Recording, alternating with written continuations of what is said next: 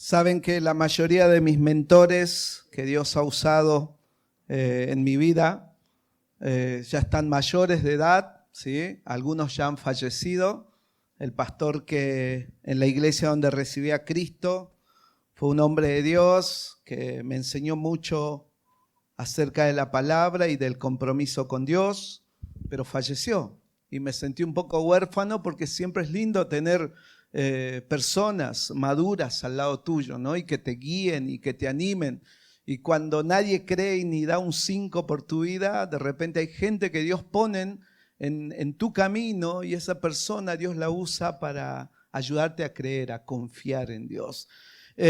Mis otros mentores, tengo un mentor en silla de ruedas que se llama Eloy Quispe, él es de Bolivia y hace poco también estuvo muy al borde de la muerte, ¿no? Entonces me voy dando cuenta cuán importante es que nosotros podamos tomar un legado de ellos. El legado es lo que vos vas a dejar de impacto en la vida de las demás personas.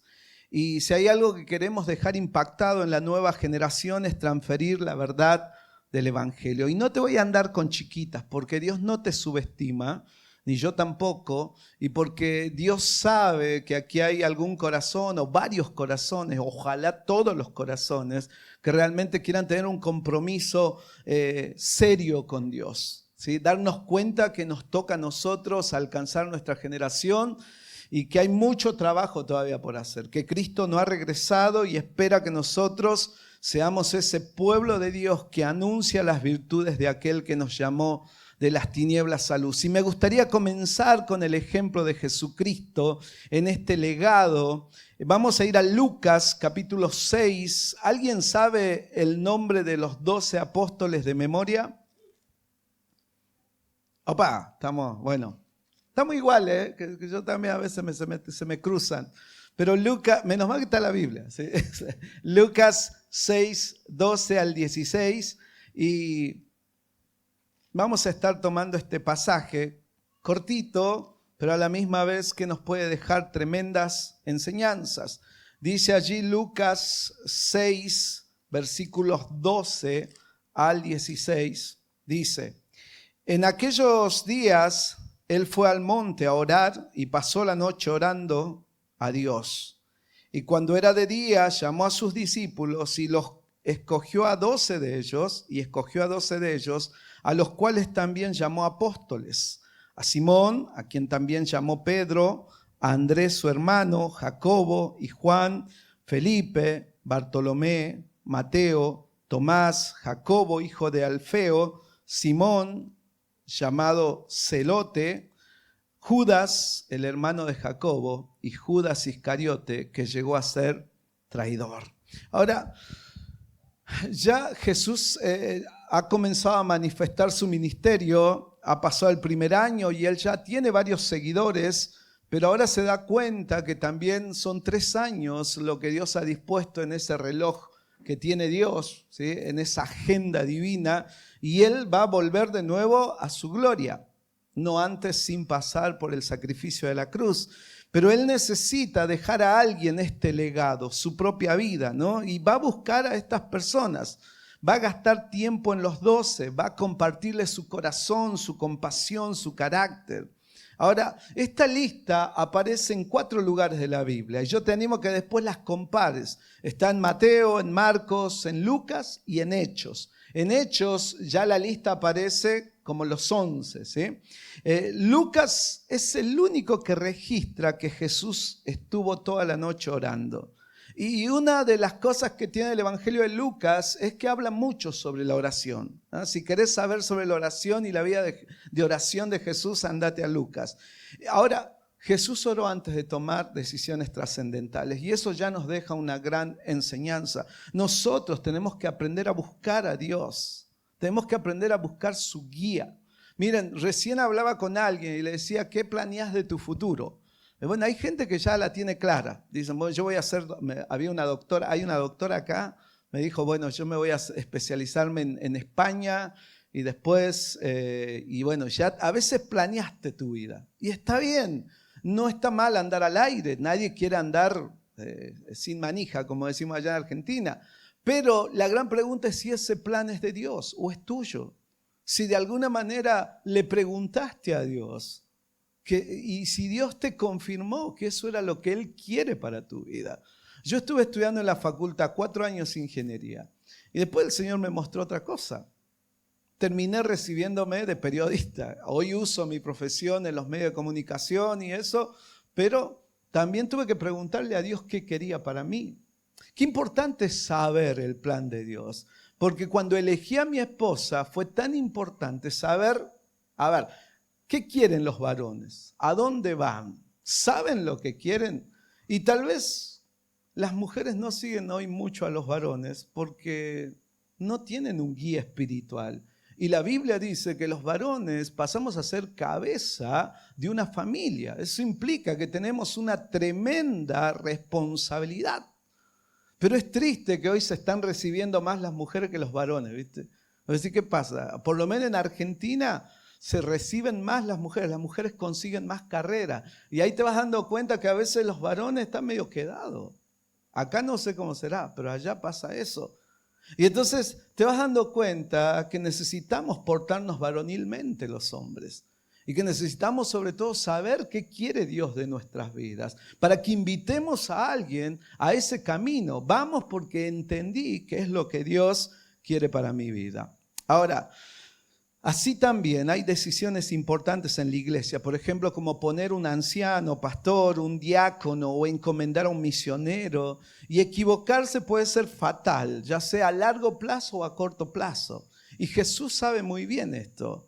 Ahora, Él va a orar, ¿sí? Es llamativo el tiempo que Jesús toma en orar, ¿no? Y cómo Él busca la guía del Padre. Si Él, siendo Dios hecho hombre, tomó tan delicadamente y tan seriamente la decisión de escoger a los 12, eso habla de que orar es importante y que pedirle la guía a Dios es importante. Jesús conocía los caracteres de los corazones de sus discípulos, sus capacidades, pero también sabía que había consecuencias en ser sus apóstoles.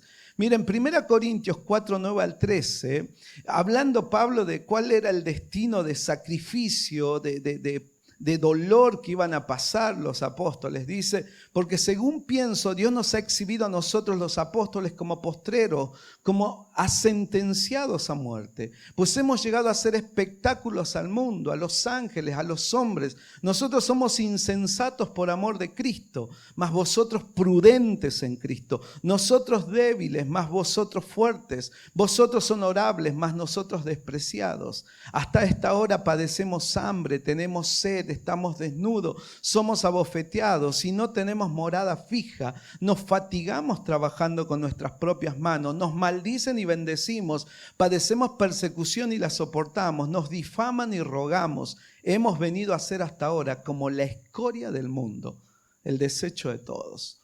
Muy fuerte, ¿no? O sea, hay que tener ese currículum. Yo no sé quién, si algún día vas y le decís: Señor, este es mi CV de siervo, ¿no? Pero este era el CV de siervo que tenían los apóstoles. Y entonces Jesús sabía que estos 12 no iban a ser personas que simplemente iban a tener el privilegio de la fama de Jesucristo o de tener al gran maestro al lado, sino que una vez que cumpliera su madurez, ellos tenían que también tomar la posta, ¿no? Miren, la iglesia luego imitó a Jesús en elegir a sus siervos. Y acá, en primer lugar, quiero mostrarte la importancia de la oración. Por ejemplo, la iglesia ora por los diáconos. Ahí en Hechos 6:6 dice: a los cuales presentaron ante los apóstoles, quienes orando les impusieron las manos.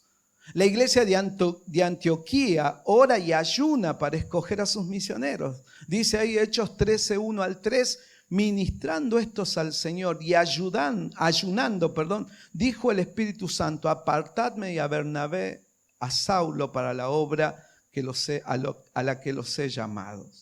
Y entonces, habiendo ayunado y orado, le impusieron las manos y los despidieron. También para establecer ancianos. Dice ahí Hechos 14:23, y constituyeron ancianos en cada iglesia, y habiendo orado con ayunos. Me encanta, es un plural, ¿no? Con ayunos, o sea, no fue un solo ayuno, son varios ayunos los que hicieron y la oración que gastaron para encomendarlos, para encomendarlos.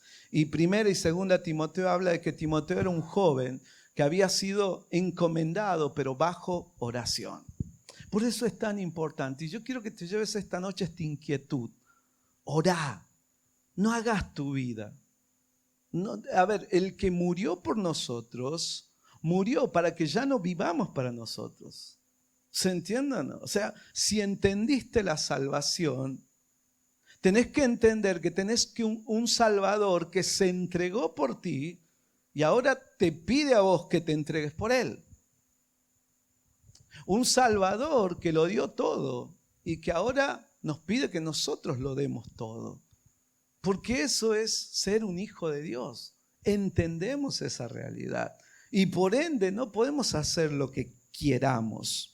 Ahora, la gran pregunta que me hice, ¿Jesús falló al orar porque elige a Judas? ¿Te has preguntado eso? ¿Qué pasó ahí? Bueno, miren, no creo que sea así, porque Dios siempre responde, pero a veces no responde como queremos, ¿no? Él responde según sus propósitos. Y métete bien eso en la cabeza. Dios responde de acuerdo a sus propósitos. Por eso hay veces que nuestros propósitos están muy distanciados de los propósitos de Dios y por eso a veces Dios no responde como querés que responda. La idea es que yo esté en los propósitos de Dios y entonces voy a ver cuán agradable es orar y ver la respuesta de Dios siempre en positivo. Ahora, ya en el Salmo 41:9, es un salmo mesiánico, ahí ya se hablaba de Judas y dice, aún el hombre de mi paz, en quien yo confiaba, el que de mi pan comía, alzó contra mí el calcañar. Lucas 22:22 habla de Judas, dice, a la verdad el Hijo del Hombre va según lo que está determinado, pero ay de aquel hombre por quien es entregado. Y es interesante porque por un lado está la soberanía de Dios cumpliendo su propósito, ¿verdad? Pero por otro lado está la responsabilidad de esta persona de ser malvada, de ser traidora, de no haber apreciado el amor de Cristo, ¿no? Pero por el otro lado Dios está cumpliendo sus propósitos. Dice ahí Hechos 2:23, hablando también de Judas, a este entregado por el determinado consejo y anticipado conocimiento de Dios, prendisteis y matasteis por manos de inicuo, crucificándole. Y me encanta ahí, te dice, Dios estaba en control siempre, determinado consejo, anticipado conocimiento de Dios, nada se le escapa a Dios. Ahora acá yo te hago una pregunta. Puede ser que vos estés mucho tiempo en la iglesia. Puede ser que tengas una cuna evangélica. Puede ser que hasta estés en un ministerio. Pero la gran pregunta que tenés que hacerte es si realmente estás en Cristo. La idea no es estar en una congregación. La idea no es estar en un ministerio o estar en un involucramiento cristiano. La idea es estar en Jesucristo. Judas estuvo 3 años y no fue salvo, chicos. No fue salvo. Y Pablo le pide a los corintios que ellos se examinen si están realmente en la salvación de Cristo. Y hoy yo te animo a que en estos días hagas realmente un examen sincero. ¿Realmente estás en Cristo? A ver, hay gente que en un tiempo futuro dice que le van a decir a Jesús, en tu nombre profetizamos. Eran predicadores, ¿entienden? En tu nombre hicimos milagros y en tu nombre echamos fuera demonios. Y Jesús le va a decir, apartaos de mí, hacedores de maldad. O sea, hicieron cosas, pero no lo que Dios quería. Hicieron cosas que aparentemente eran buenas, pero no eran las obras de Dios, no estaban en la voluntad de Dios. Y eran obras evangélicas, por así decirlo. Y Judas también salió a predicar con los 12, chicos. Y Judas también creo que expulsó demonios. Y Judas también creo que vio el poder de Cristo, pero no por eso recibió a Cristo. Entonces, también este fin de semana, pensalo. ¿Sos un hijo de Dios? ¿Sos una hija de Dios realmente? Ahora, cuando seguimos, miren, los designios de Dios el consejo, el conocimiento de Dios nos muestra que Dios estaba en control. Él necesitaba un traidor, pero eso no exime a Judas de su responsabilidad. Hay que interpretar correctamente, ¿no? Las acciones que nosotros a veces libremente cometemos, chicos, parecía que son libres de todo, incluso de Dios. No, de Dios jamás son libres. Siempre al final a Dios le sirven para cumplir sus propósitos. Miren, ¿sabían ustedes que a veces las divisiones en una iglesia son necesarias? ¿Vieron qué feo es cuando vos te enterás o tal vez pasaste por esto de que tu iglesia se dividió? Y vos decís, qué triste, ¿no? Que las iglesias se dividan. Pero ahí el apóstol Pablo en 1 Corintios 11, 19 dice, porque es preciso que entre vosotros haya disensiones para que se hagan manifiesta entre vosotros los que son aprobados. Es decir, ¿para qué a veces suceden esas divisiones? Para que se manifiesten los que son aprobados y los que no lo son. Ahora, a pesar de que a veces un pastor puede tener una disciplina cuidadosa, un cuidado bíblico, a pesar de todo eso puede haber una división. Y eso me impactó, ¿no? Puede ser que a veces las divisiones se dan porque los pastores no hicimos bien nuestro trabajo como correspondía, o puede ser que hayamos hecho bien el trabajo, pero Dios en sus propósitos tenía esto y era necesario. Y aunque duela, es parte también del propósito de Dios. Ahora, ¿qué te quiero llevar? Imagínate los 12 ahí en Juan 13, te dice que estaban súper tristes. Jesús va y le dice, hay un traidor. Y ellos empiezan, ¿no?, a preguntarse, ¿seré yo? Porque estaban conscientes de que tenían la capacidad pecaminosa y que no conocían realmente su engañoso corazón, ¿no? Pero estaban tristes. Esto creo que, ¿viste cuando vos sabés que hay un topo? No sé, ¿viste? Que son los que se infiltran y vos decís, hay un infiltrado. Pero entre los 12 hay un infiltrado. Debe haber sido duro para ellos aceptar esta realidad. Ahora, todo esto nos enseña, queridos, que hay necesidad de orar. Que hay necesidad de orar. En segundo lugar, ¿qué nos enseña este pasaje? No solamente la necesidad de orar para aceptar un legado, la necesidad de orar para transmitir un legado. Jesús iba a transmitir su legado y ellos lo iban a recibir. Y nosotros podemos estar en las dos cosas. Yo ya tengo 54 años. Hace poco me diagnosticaron cirrosis, no por chupi, por si acaso, ¿sí? No por alcoholismo, porque hay cirrosis por alcoholismo, hay cirrosis por hepatitis, o hay cirrosis también porque tomaste medicamentos fuera de lugar, te automedicaste. Y después hay cirrosis genética, que normalmente le da a las mujeres, dice, ¿sí? Y de 10 mujeres, un varón. Y a mí me tocó. Entonces, cuando vos sabes que es una enfermedad terminal, es inmunodepresora, y que no sabes cuántos años te quedan, eso te preocupa y vos decís, a ver, ¿a quién le voy a dejar un legado de vida? Bueno, primero está mi familia, ¿no? Y después está también la iglesia. Y eso te tiene que llevar a pensar. Tarde o temprano vas a dejar este mundo. Y la gran pregunta es cuál va a ser tu epitafio. Tarde o temprano nos vamos a morir, chicos. Yo ya lavé 9 cuerpos, porque donde vivo a veces no hay funeraria, entonces los familiares hacen eso. Voy a predicar a muchos velorios.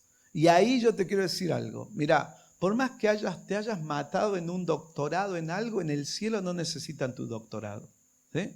Eso Dios lo puede usar acá, no digo que no lo use. Pero una vez que te morís, arriba no hay necesidad ni de abogados, ni de ingenieros, arriba no hay necesidad de doctores. Ahí lo único que van a entrar van a ser hijos e hijas de Dios, y ahí los únicos que van a recibir recompensa van a ser los que han hecho una obra para el Señor. Pero ahí nadie te va a recompensar por tus títulos. ¿Se entiende eso? Entonces, ten en cuenta lo importante que es aceptar el desafío de parte de Dios. Ahora, Jesús va a formar estos discípulos. En la antigüedad, chicos, era normal que los discípulos no eran simplemente aprendices teóricos. Hoy, por ejemplo, nosotros decimos vamos a ser discipulados y usamos, no sé, una hojita y 10 pasos y a veces tiene que ver mucho con teoría, ¿no? Pero en la antigüedad, estos maestros invitaban a sus discípulos a vivir, ¿sí?, a sus aprendices, a vivir con ellos, para que sus discípulos aprendieran de sus gestos, de sus actitudes, de sus palabras. Ya Jesús en sus primeros años tuvo seguidores, ¿no? Pedro, Andrés, luego vino Juan, Santiago, que eran pescadores, después vino también Leví y así, ¿no?, se van sumando. Ahora, nosotros no sabemos si los demás discípulos dejaron sus trabajos y profesiones como lo hicieron estos que nombré. Pero lo que sí sabemos es que seguían a Jesús. Fíjate que Jesús baja y ahí están todos los discípulos y Él solamente va a escoger a 12. ¿Y vos qué harías si solamente escogen a 12? Qué feo cuando, no sé, a mí me pasaba que yo era patadura para jugar la pelota y hacían la elegida y yo sí me quedaba al último, ¿viste? A ver si alguien me elegía. Y bueno, y de última era el resto del mundo. Entonces, imagínate, estos discípulos están al pie de este monte, Jesús baja, elige a 12. Pero fíjate que ellos no lo abandonan a Cristo. Saben que Él ha determinado que esos 12 sean más cercanos, pero ellos siguen al Señor. ¿Y cómo sabemos que lo siguen? Porque el libro de Hechos registra a muchos de estos discípulos que si bien no fueron apóstoles, pero fueron discípulos. Por ejemplo, Bernabé, Felipe, Esteban, Silas, Juan Marcos. Sí, eran discípulos de Cristo. No eran igual que los 12, pero eran discípulos. Ahora, en la antigüedad, como te decía, los discípulos escogían su maestro. Pero Jesús escogió a sus discípulos. Fue diferente. Fue diferente. Ahora, ¿por qué lo seguían a Jesús? Bueno, porque estaba el Mesías entre ellos, ¿no? Y se había corrido la noticia. Felipe, por ejemplo, dice que halló a Natanael y le dijo: hemos hallado a aquel de quien escribió Moisés en la ley, así como los profetas, a Jesús, el hijo de José de Nazaret. Juan 1:45. Entonces había como todo un revuelo. Aparentemente parece que el Mesías ha llegado. Y algunos por curiosidad y otros por fe iban hacia Él. Ahora, en esto, muchachos, no solamente orar, tenés que dejarte formar. ¿Se entiende? La formación es parte de la vida. Te ha formado el sistema y te ha metido evolucionismo. ¿Qué más? Allá estuvo el marxismo. Las universidades argentinas se han transformado en centros de adoctrinamiento terribles, ¿sí? Ideología de género, todo lo trans y todo eso. Y fue horrible. Ahora recién con este nuevo presidente estamos retrocediendo atrás. Pero una de las cosas que vos no te das cuenta es que te han educado, te han puesto chip, ¿se entiende o no? Te han chipeado, pero no según Dios. A veces te han metido tantas cosas anti Dios o te han metido cosas humanistas. Y Dios no está en la ecuación del humanismo, ni del secularismo, ni del naturalismo, ni del constructivismo. No está ahí. Y todo eso es lo que te metieron en la cabeza en las aulas. Desde que vas a jardín de infante, nunca te van a enseñar creacionismo. Y vos venís con esa mentalidad. Y cuando entras al sistema, el sistema también te da su cosmovisión personal. Y la gran pregunta es, ¿y qué Dios? A ver, ¿cuánto tiempo le di a Dios para que me chipee? ¿Sí? Para que me meta el chip realmente que tengo que tener. ¿Cuánto tiempo le di a Dios para que me forme? ¿Le doy tiempo a Dios? Te doy un solo ejemplo. Si hoy te pediría, levanta tu mano si hiciste tu devocional hoy. Levanta tu mano si hiciste tu devocional en la última semana. O levanta tu mano si haces todos los días tu devocional. O si solamente vas a la iglesia y ahí recibís palabra de Dios. Ahora en la iglesia estamos, ¿cuántos días de la semana? Y toda esa formación que te da el sistema está en competencia con la formación que quiere darte. Y la gran pregunta es, ¿quién realmente te está formando. ¿Y qué tipo de cabeza tenés? Y yo seguramente estoy hablando con universitarios. Yo no sé, para algunos parece que la autoestima la consiguen si van a la universidad. Es como que tu autoestima ahora sos el doctor, el abogado, el psicólogo. Y tal vez nosotros los latinos tenemos la tendencia a tener poca estima, ¿se entiende? Es como que Estados Unidos y Europa arriba y nosotros abajo. Entonces nosotros necesitamos la estima y a veces la buscamos en el sistema mundo, no la buscamos en Dios. Y por eso hoy vos tenés tantos jóvenes que no tienen compromiso con Dios. No tienen compromiso con Dios. No quieren ser misioneros, no quieren ser pastores, no quieren liderar, no quieren hacer cosas por Dios. Y vos decís, ¿por qué? Bueno, porque hay una mentalidad de mundo que el llamado no es de Dios. Y vamos a estar hablando de eso este fin de semana. El llamado es del sistema, el llamado de la riqueza, del materialismo. Y a veces te metiste ahí, pero dejaste de lado la formación de Dios. Mira, Lucas 10:1 dice, después de estas cosas designó el Señor también a otros 70, a quienes envió de 2 en 2 delante de él a toda ciudad, al lugar donde había de ir. ¿Sí? Nos dice que designó a 70, eso quiere decir que no se quedó con 12. Esos fueron apóstoles, pero estos 70 fueron sus predicadores, seguramente con distintos grados de compromiso y lealtad. ¿Por qué? Porque la Biblia te dice más adelante que muchos de sus discípulos se volvieron atrás. Jesús empieza a ser más exigente, lealtad. Soy todo, les dice Jesús. Soy más que su familia. Soy más que sus propias vidas. Síganme. Entonces cuando empieza como a ajustar, ¿qué dicen? Muchos. Está lindo, o sea. Y yo te quiero decir algo. En la iglesia y en la vida, Dios te va a empezar a ajustar. Tarde o temprano. Te va a ajustar, ¿se entiende? Y te va a ir acorralando y te va a poner contra la espada y contra la pared y te va a decir, a ver, ¿qué decidís? ¿Qué haces? ¿Sos leal a Dios? Por ejemplo, no se puede servir a 2 señores. No se puede. O sea, no podés estar bien con Dios y con el diablo, ¿se entiende? No, allá en Argentina decimos no se puede ser de Boca y River. Se elige un cuadro. Entonces, eso, acá hay brasileros, ¿no? ¿De qué? Ahí está, mirá los brasileros. Bueno, pero no puede ser de Brasil y de la selección argentina. Elegí. Allá eligieron. Bueno, entonces te vas dando cuenta que tenés que tener posturas en la vida. Y si ustedes son jóvenes cristianos, van a tener que asumirla. ¿Qué soy yo realmente? ¿Qué soy yo? Voy terminando para dejar la segunda parte para mañana. Ahora veamos el enfoque de Jesús. Miren, Él se enfoca en estos 12. Y después va a tener un grupo de 3 o 4.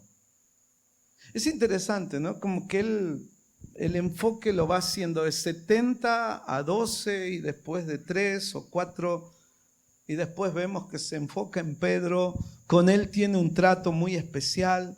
Y él dice ahí en Juan 15:16, no me elegiste vosotros a mí, sino que yo os elegí a vosotros y os he puesto para que vayáis y llevéis frutos y vuestro fruto permanezca, para que todo lo que pidiereis al Padre en mi nombre, Él os lo dé. Miren, esta declaración después pensala, para un montón de cosas.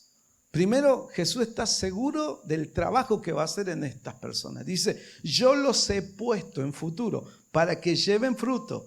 ¿Sí? ¿Para qué más? Para que el fruto que hagan permanezca. ¿Y para qué más? Para que cuando ellos oren, oren de acuerdo a la voluntad de Dios. ¿Y cómo van a orar de acuerdo a la voluntad de Dios? Bueno, porque Él les va a enseñar toda la voluntad de Dios. Entonces, ahí ves el trabajo enfocado de Jesucristo. Primero solo los elige. Después vamos a ver en Lucas capítulo 9, es decir, varios capítulos más adelante, Jesús les da autoridad. Habiendo reunido a sus 12 discípulos, les dio poder y autoridad sobre todos los demonios para sanar enfermedades y los envió a predicar el reino de Dios y a sanar enfermos.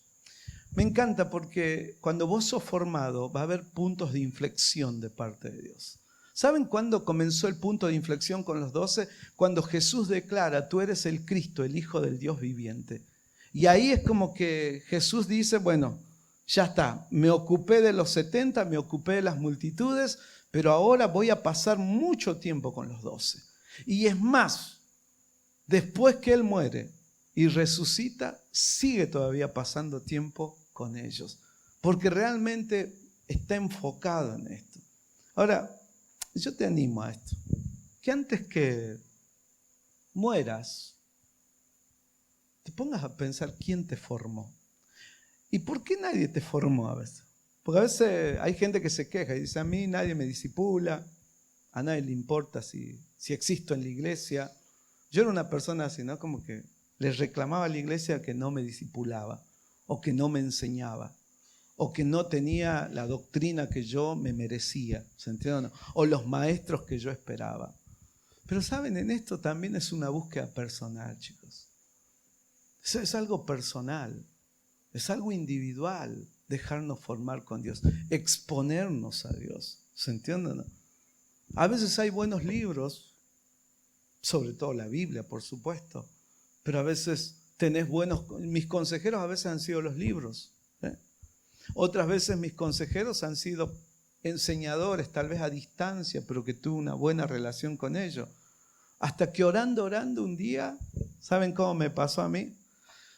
Estaba saliendo de la iglesia y un señor en silla de ruedas me cruza la silla así. ¿Sabe? Porque yo siempre me escapaba. Yo sabía que él me buscaba. Decía, no, o sea, no quiero discipulado.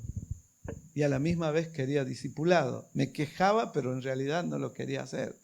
Y esta persona me dice, David, ¿querés que te disipule?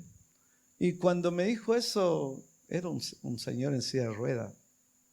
¿Se entiende? No? Quedaba mal, le iba a romper el corazón si le decía que no. Así que honestamente te digo, por lástima le dije, bueno.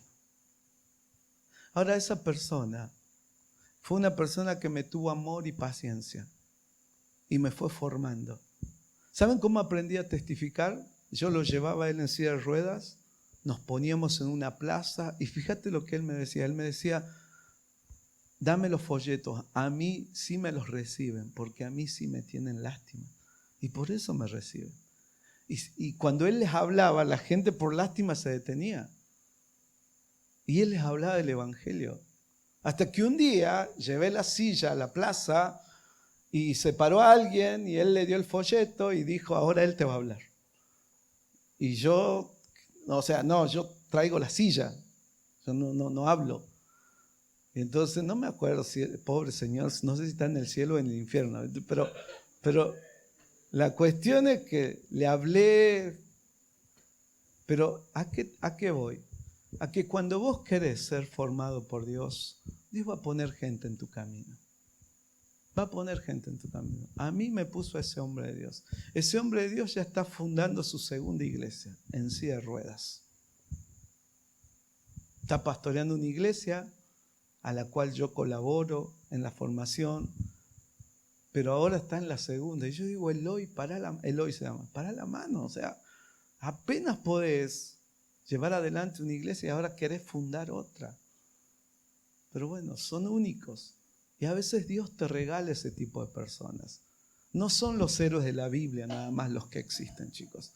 También hay héroes actuales que son una bendición para tu vida.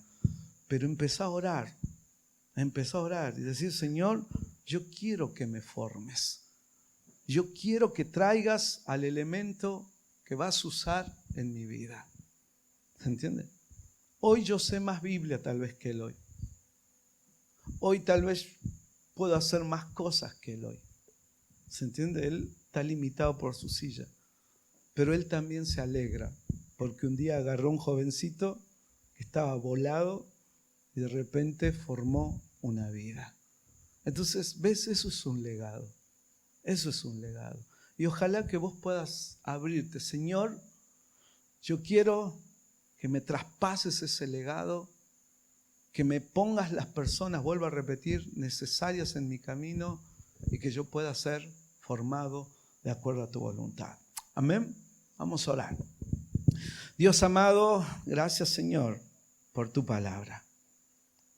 Señor, que tu palabra pueda hallar cabida en nuestros corazones, que tu Santo Espíritu en cada momento nos vaya haciendo reflexionar qué hacemos con nuestra vida, la que tú nos diste por medio de Jesucristo.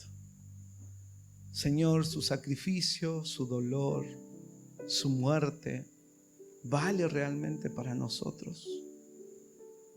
El hecho de que haya dejado los cielos para venir a rescatarnos, ¿vale para mí? Señor, si vale, que realmente podamos rendirte nuestra vida. Que podamos ser una generación que toma el legado de tu verdad para transmitirlo a los demás. Te lo rogamos, Padre, en el nombre del Señor Jesús. Amén.